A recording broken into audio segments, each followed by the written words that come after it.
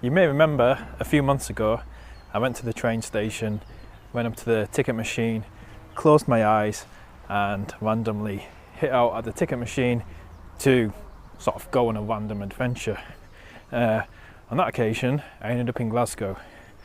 Today I'm going to do it again. So no idea where I'm going to end up today, but let's find out.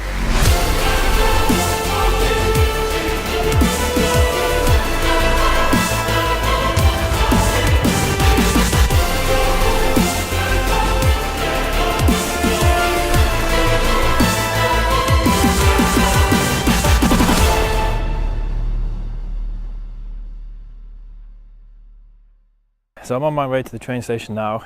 I found the quietest alley I could find just to record this intro bit.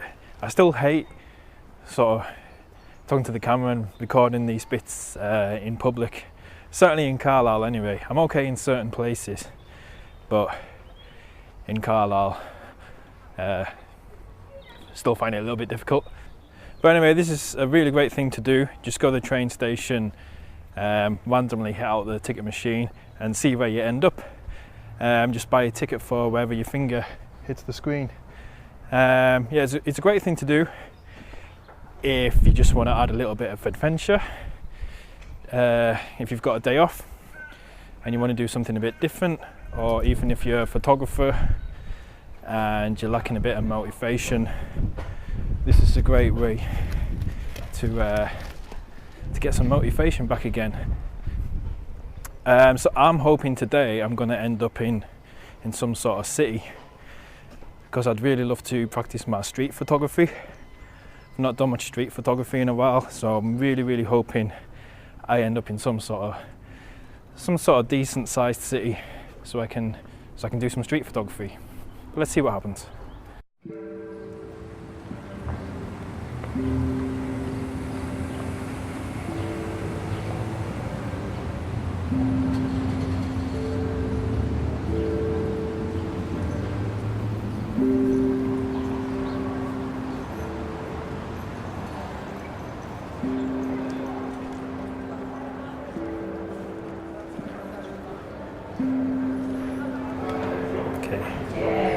Let's see where we end up. Okay, close my eyes. Edinburgh.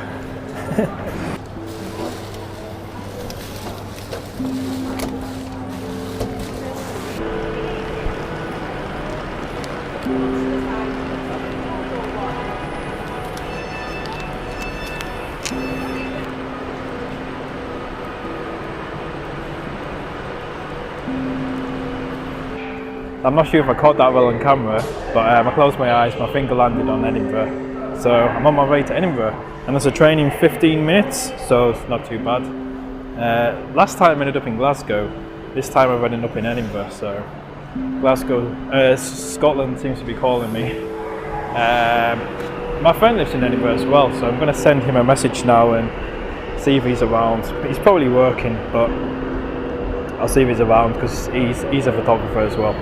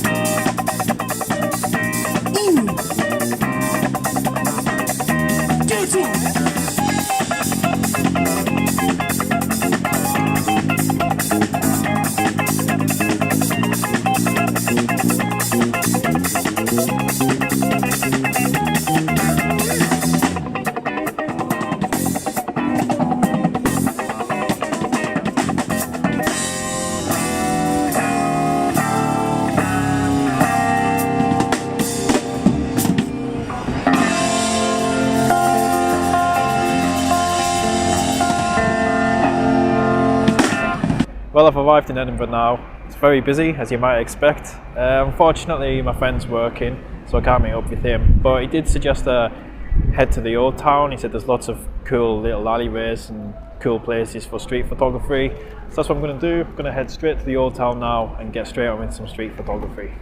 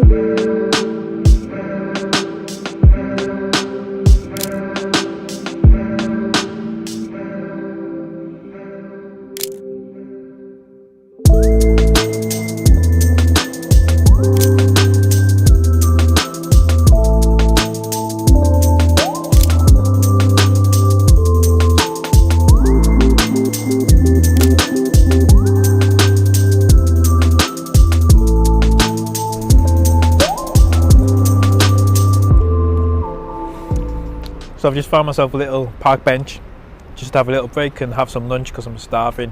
To try and save a little bit of money before I headed here, I went to Aldi to buy myself some lunch.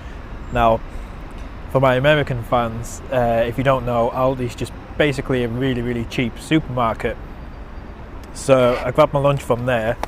So I've got a falafel and spinach wrap, but rather than a Twix, I've got myself a Jive bar. Jive, the poor man's Twix.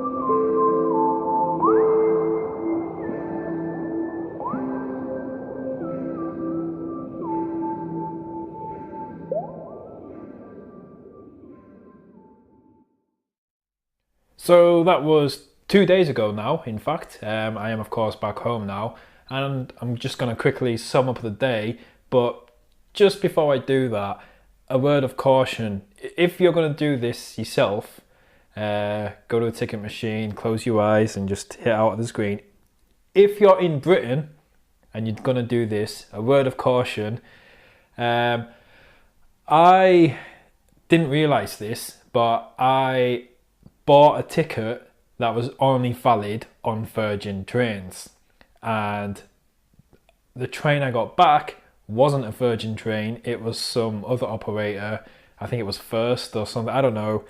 Basically, the ticket that I bought, although it was a return ticket to Edinburgh, it wasn't valid for the operator that I was actually travelling with.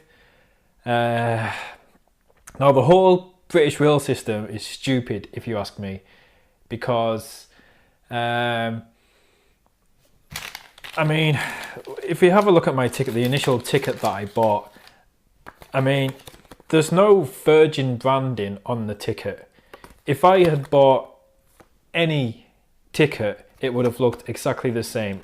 Whether it's for Virgin trains, whether it's for any operator, whether it's for Northern Railway, whether it's for Southern Rail, whoever it's for, the tickets look exactly the same. So that's the first thing.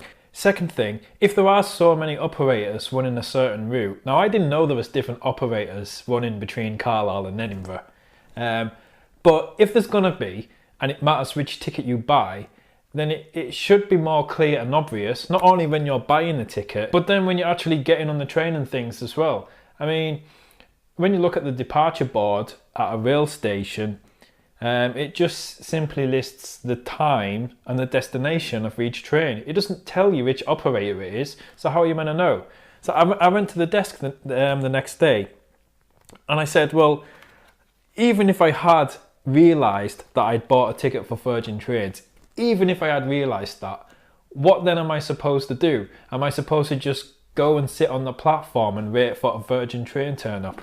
Oh good, there's a train in 15 minutes. Oh, and then it comes, but it's not Virgin Trains, so I have to wait for the next one. Maybe another 45 minutes. No, that's not Virgin Trains either. Maybe 2 hours later. Oh, finally, Virgin Trains. And then I might get there, and then I might not be able to get back because there might not be a Virgin Trains back. The whole thing's stupid. When you look at a timetable at a train station, it doesn't tell you which operator each train is. If I look at a timetable online, it doesn't tell me which operator it is. It's not clear when you buy the ticket. It's not even clear when you have the ticket because they all look the same. So on the way back, the ticket inspector asked to see my ticket, and then he pointed out that it wasn't valid for that train, so he made me buy another ticket to get back, a single back to Carlisle. Yet that single ticket was more expensive than the return I'd bought in the first place. Like, how can a single be more expensive than a return? He also said that if I went to the desk at the train station, they'd be able to refund me some of the money. So that's what I did the next day. And the guy at the desk said, well, technically he's right, but there's a £10 admin fee. So if they were going to get, for what they would have refunded me to then add on the admin fee as well, I would have ended up with 10 pence. So that's a farce as well. And then I looked at the ticket machine to see where I had went wrong. I thought, right, I'll go back to the ticket machine. I'll click on a ticket to Edinburgh. And I was then presented with two separate pages of options. Now, each page has about 10 different options. So there was almost 20 different options. Like, I knew where I was going. I decided I was going to Edinburgh. I've selected the destination. And you're giving me another 20 options. Like, surely the only options should be single or return. Maybe an option for first class, maybe. So what? 3 options maximum there should be. You're giving me 20 different options. So all of those options, some of them are like for different networks. So some of them are for Virgin Trains only. Some of them are for any operator, and so on, so on, so on. But it is in such small print where it says the operator. And it's just like, it's like they're trying to catch you out. If you ask me, the whole thing's ludicrous. I mean, if you are going to have different franchises, different operators running on the same line, then it should be clear when not... Well, I've said that. I've made that point already. It should be clear It shouldn't be hidden. It should say on the timetable which network each train is and things like that. I really hope that one day they renationalise the British Rail again. I mean, you've got to laugh really, because early on in the video I was talking about how I'd bought my lunch from Aldi, a really cheap supermarket. I'd bought my lunch from Aldi trying to save money. What a waste of time that was in the end. It's no wonder Brexit is such a mess. We can't even get the rail system right, and we've been doing that for hundreds of years.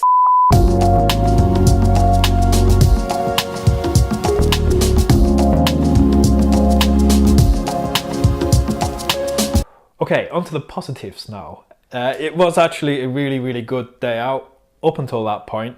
The day itself was great. I really enjoyed it a lot. I really do like doing this. I've only done it a couple of times now, but I am going to do it more often. And I encourage other people to do it as well. Just be careful with the ticket you buy. But it's a really fun thing to do, because it's just kind of exciting going out and not knowing where you're going to end up. You might end up with somewhere new to explore that you've not been to.